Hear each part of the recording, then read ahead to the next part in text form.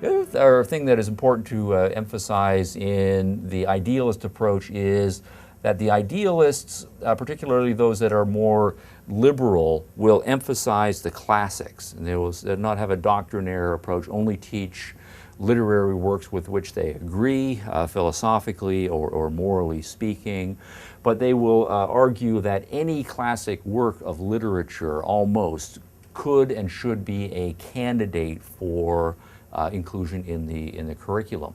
And so what we want is to encourage students to read the classics, or we want to have them read the great books, recognizing that the classics tradition and the great books tradition, there's lots of debates and ongoing discussions about all sorts of issues, and so chances are good. If I am an idealist professor or an idealist teacher, I'm going to disagree with a substantial number of the books that I would be reading with my students. But the idea here and the rationale for the classics is that if something is a classic work, what it means for something to be a classic work is that generation upon generation of very smart, educated, informed people have recommended that work. So 2,000 years ago, right, smart people recommended that book to their students, who the smartest among them in turn recommended it to their students, and so forth. And so chances are very good, if a book has stood the test of time in that way, it must be on to something important.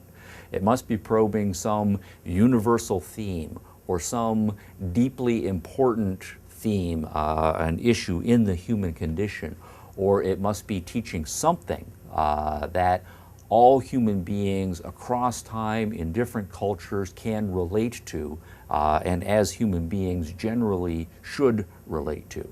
And so in that description that I just ran through, right, things that are eternal, right, that are universal, that cross cultures and so forth, that speak to the human condition, right, in a general way, all of those are concepts that are good concepts, right, for an idealist. And so we would be more likely then to find things of lasting value in the classic works. And then by contrast, works that are modern works, it's very hard from our limited perspective to tell whether a modern work is going to stand the test of time, or whether it's a more culture-bound or time-bound judgment that we're making that makes it seem like it's an instant classic, right, so to speak. So from an idealist perspective, works of literature that are classics and or exemplifying good moral character in the heroes and heroines, those I think would be natural candidates and so on. Okay, so those are four items that are likely to be included in idealist curricula. Let's now try to think by contrast of things that idealists would be more likely not to include in the curriculum, or if they included in the curriculum, it would be under severely constrained circumstances. One likely candidate would be physical education.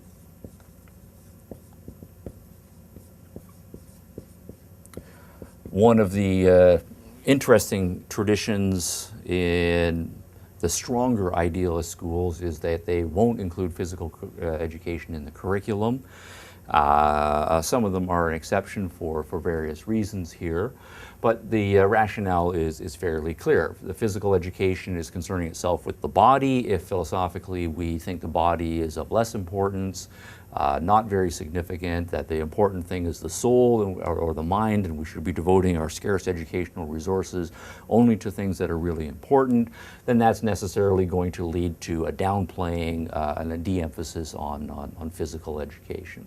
Now, we might say physical education can get included in the curriculum. After all, we are physical beings, and part of learning to be a good person is learning how to control your body. And so we might have certain kinds of disciplines that are built into the curriculum that can be called physical education, learning how to control and discipline and restrain your body and train it to act in the appropriate kind of way. Okay, what about biology? Right? What about chemistry? What about physics? All of the things that are in the natural sciences. Would we include those in an idealist curriculum? Interestingly, historically, many of the ancient and medieval idealist schools of education would not include the natural sciences in the curriculum. So I'm going to put that on the list here. Great controversy here, and certainly some qualifications that have to be added as we get into the modern world. But if we think again as strict principled idealists, we are going to say we are not interested in the physical world. The physical world is low, corrupt, transitory, and so forth. Our true calling and station is not of this world. We should devote our scarce educational resources and scarce psychological resources only rather to things that really matter. The only thing that really matters is the higher world. When we're studying the natural sciences, well, what are we studying? We're studying rocks, we're studying trees, we're studying worms, we're studying animals, and so forth. And those things are not very dignified. They're not important in the grand scheme of things. Why on earth would we devote scarce educational resources to things that are of no particular example? If we're going to do the natural sciences, we're going to be using our senses a lot, and we're not particularly interested in sensory education senses just to keep us in contact with the natural world. We should not have the lust of the eyes and the lust of the ears and so forth. Instead, we should be inward and focused upwardly.